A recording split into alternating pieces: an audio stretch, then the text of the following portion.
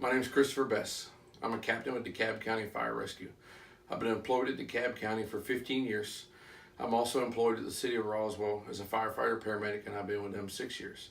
I moved to the metro Atlanta area from Pittsburgh about 16 years ago. I'm married to my wonderful wife Lisa of 18 years, and we also have a son Gavin who's 8 years old. I love teaching building construction to pass on the knowledge that I've obtained in my 22 years in the fire service. I notice in today's firefighters, they're not as well knowledged and experienced in building construction as they should be.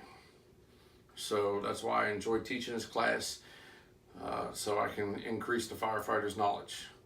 This building construction class is designed for entry-level or seasoned firefighters wanting to learn or enhance and maintain the skills and understanding of building construction.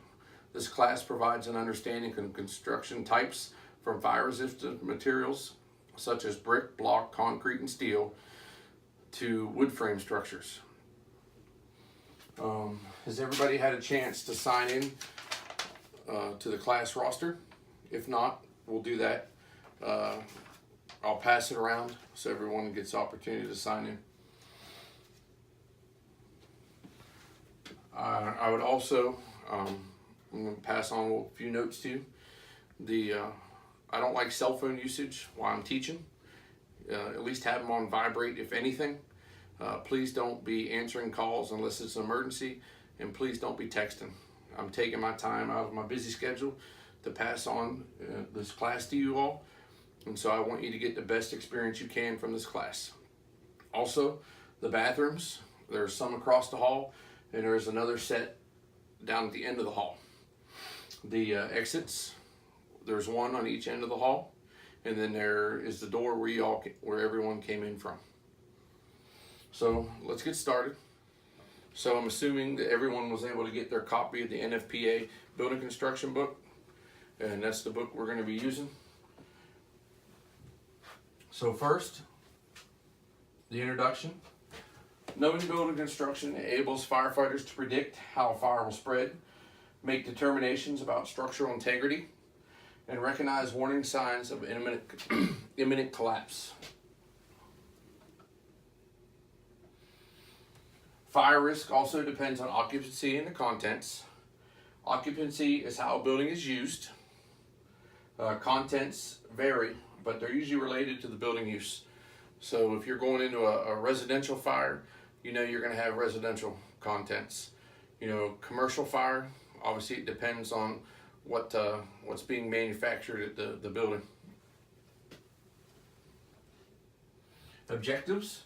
The main objective is to be able to describe each of the following types of building construction: fire resistive construction, non-combustible construction, ordinary construction, heavy timber construction, and wood frame construction.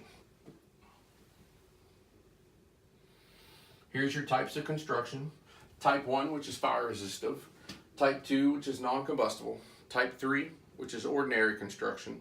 Type 4 is heavy timber. And type 5 is your wood frame construction. Type 1 construction is your fire resistive construction. All structural components must be non-combustible. It's used for large numbers of people, tall or large area, or special occupancies. Building materials should not provide fuel for the fire. Contents may burn, but the building should not. Your steel framing must be protected. Fires can be very hot and hard to ventilate, and in extreme conditions, type 1 buildings can collapse. A good demonstration of that would be the World Trade Center.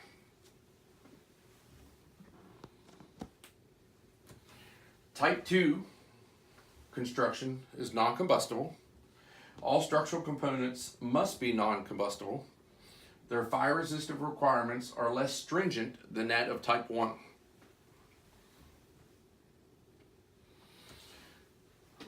A little bit further into type 2 non-combustibles.